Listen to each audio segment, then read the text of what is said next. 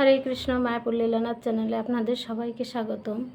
তো আগামীকাল হচ্ছে মহান অক্ষয় তৃতীয়া তিথি। তো এই তিথিটা সকলের জন্য অত্যন্ত গুরুত্বপূর্ণ। তো এই তিথিতে অনেক ধরনের শুভ কর্ম এই দিনে সম্পাদিত হয়েছিল, সেগুলো আমরা শ্রবণ করব বা আমরা অনেকেই জানি। আর বিশেষ করে আমি আজকে আপনাদের সাথে যে বিষয়গুলোটা শেয়ার করতে চাচ্ছি সেটা হচ্ছে এই অক্ষয় তৃতীয়া তিথিতে আমাদেরকে কি করণীয় বা আমাদের জন্য করণীয় কি। অনেক শুভকর্ম সম্পাদন হয়েছিল এই তিথিতে। তো আমাদের জন্য সবথেকে শুভকর্ম কি, কেন আমরা এই অক্ষয় তিথিতে শুভকর্মগুলো সম্পাদন করব, সেটাই হচ্ছে আমার আজকের আলোচনার বিষয়। তো যারা যারা আমার সাথে যুক্ত আছেন তাদেরকে আমার কৃষ্ণপ্রীতি শুভেচ্ছা, প্রণাম এবং অক্ষয় তৃতীয়ার শুভেচ্ছা। তো এই অক্ষয় তৃতীয়াতে দ্রৌপদী অক্ষয়পত্র লাভ করেছিলেন। সবথেকে মায়াপুরে যেটা সবথেকে আড়ম্বর সহকারে পালিত হয় এবং সমগ্র বিশ্বে ইস্কন যে তিথিটা অক্ষয় তৃতীয়াতে যে বিশেষ অনুষ্ঠানাদি পালন করে থাকে সেগুলো হচ্ছে চন্দনযাত্রা মহোৎসব। ভগবানের শ্রী অঙ্গে চন্দন লেপন করা হয়, এই অক্ষয় তৃতীয়া থেকে শুরু করা হয় এবং এই তিথি থেকে ভগবানের নৌকা বিহারও শুরু হয়, নৌকা বিলাস যেটা বলা হয়। তো এটা অত্যন্ত সুন্দরভাবে এই অক্ষয় তৃতীয়া থেকে 21 দিন পর্যন্ত চলে থাকে এবং ভগবানকে অনেক সুন্দর অঙ্গরাগ করা হয় পুরো চন্দন দিয়ে। আপনারা মায়াপুর টিভি সকলেই দর্শন করবেন, সেখানে দেখতে পাবেন। তো এখন বিষয় হচ্ছে আমাদের জন্য এই অক্ষয় তৃতীয়াতে সবথেকে পূর্ণ কর্ম কোনগুলি বা কোন কর্মগুলি করলে আমরা সবথেকে বেশি ফল লাভ করতে পারি। তো অক্ষয় তৃতীয়াতে বলা হয়েছে যে এই তিথিতে যে যে ধরনের কর্মই করুক সেগুলি অক্ষয় হয়ে থাকে। তো সেটা খারাপ কর্ম করলে, ভালো কর্ম করলে, তো অবশ্যই আমাদেরকে উচিত এই দিনটাতে সবথেকে যে শুভ কর্ম সেগুলো সম্পাদন করা, তাহলে যাতে আমরা ভগবানের কৃপা আরও অনেক অধিক লাভ করতে পারি। তো প্রথমত এই তিথিতে সকলেই বেশিরভাগ দান, বিভিন্ন প্রকার দান ধ্যান করে থাকেন, আর বৈষ্ণব সেবা এগুলো ভক্তরা করে থাকেন। তো আমাদের পক্ষে সবথেকে শুভ হচ্ছে এই তিথিতে ভগবত সেবায় যুক্ত থাকা। তো ভগবত সেবার মধ্যে দান, বৈষ্ণব সেবা, অধ্যয়ন, শ্রবণ, কীর্তন সবগুলি ভগবত সেবার মধ্যে পড়ে থাকে। তো প্রথমত দানের বিষয়টা বলি, যেটা হচ্ছে সবথেকে বড় দান কোনটা। সবথেকে বড় দান হচ্ছে কোনো জীবকে কৃষ্ণ ভক্তি দান করা। কোনো জীবকে আপনি আমরা যতই অন্ন, বস্ত্র, বাসস্থানের ব্যবস্থা করি, মানুষের জীবনের মৌলিক চাহিদাগুলির অভাব কোনো দিন শেষ হয় না। তো সেই জন্য কোনো দুস্থ মানুষকে আমরা যতই দান ধ্যান করি তার অভাব কখনো সম্পন্ন হয় না। সে দুঃখে একটা কিছুদিন হয়তো সেই দুঃখের অবসান হয়, পুনরায় সে আবার সেই দুঃখে পতিত হয়। তো এজন্য উচিত যে আমাদেরকে আসল জিনিসটা দান করা। হ্যাঁ, এটা নয় যে আমরা কাউকে অন্ন, বস্ত্র, বাসস্থান দান করব না, এটা নয়, অবশ্যই আমরা করব, কিন্তু আমাদের সবথেকে মূল্যবান যে বস্তুটা সেটা দান করা উচিত, সেটা হচ্ছে কৃষ্ণ ভক্তি। তো সেই জন্য আমরা অবশ্যই আমাদের সকলের উচিত এই পুণ্যতিথিতে শ্রীমদ্ ভগবদ্ গীতা, শ্রীমদ্ ভাগবতম সহ আমাদের জীবনকে এই দুঃখের সাগর থেকে উত্তীর্ণ হওয়ার জন্য যে সহায়ক বস্তু সেইটা প্রদান করা। যেটা যে গ্রন্থ অধ্যয়ন করে বা যে হরি ভগবানের যে কথা বা লীলা স্মরণ করে আমরা জন্ম জন্ম এই যে দুঃখ সাগরে পতিত হয়ে আছি, বিভিন্ন প্রকার আমাদের দুঃখ, সেটার থেকে আমরা উদ্ধার হয়ে একেবারে এই দুঃখ থেকে মুক্তি পেতে পারি, সেই বস্তুটাই আমাদেরকে প্রথমত দান করা উচিত। তো দ্বিতীয়ত হচ্ছে আমাদেরকে এই দিনটাতে ভগবানের নিজেকে এই দুঃখময় সাগর থেকে উদ্ধার করার জন্য নিজেকে ভগবত সেবায় যুক্ত রাখা উচিত, আর সেটার প্রথম হচ্ছে শ্রবণ। তো এই দিনটাতে অবশ্যই সকলকে উচিত সে ভগবানের গুণমহিমা লীলা শ্রবণ করা। শ্রীমদ্ ভগবদ্ গীতা, শ্রীমদ্ ভাগবতম, চৈতন্য চরিতামৃত সহ সমস্ত যে আমাদের গ্রন্থগুলি রয়েছে, যে ধর্মীয় পুস্তকগুলি রয়েছেন সেগুলো অধ্যয়ন করা।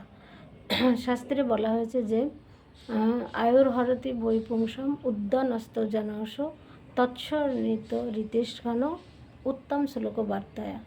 তো তার মনে হচ্ছে যে সূর্য প্রতিদিন উঠছে এবং প্রতিদিন উদিত হচ্ছে এবং প্রতিদিন অস্ত যাচ্ছে, এবং তার ফলে কী হচ্ছে না, আমাদের আয়ু হরণ হচ্ছে, একটা একটা দিন করে আমাদের আয়ুটা নষ্ট হয়ে যাচ্ছে। কিন্তু শ্রীল ব্যাসদেব বলেছেন যে, সুখদেব গোস্বামী বলছেন, যিনি এই জগতে থেকেও তৎসন্নীতে ঋতেক্ষণ উত্তম শ্লোক বার্তা, অর্থাৎ ভগবানের এই যে কথা, হরি কথা বা এই যে গীতা ভাগবতের বাণী যিনি শ্রবণ করছেন, বা এই সময়টা যিনি ভগবানের কথা আলোচনা শ্রবণ কীর্তনে ব্যয় করছেন, তার সেই সময়টা সূর্যদেব হরণ করতে পারে না।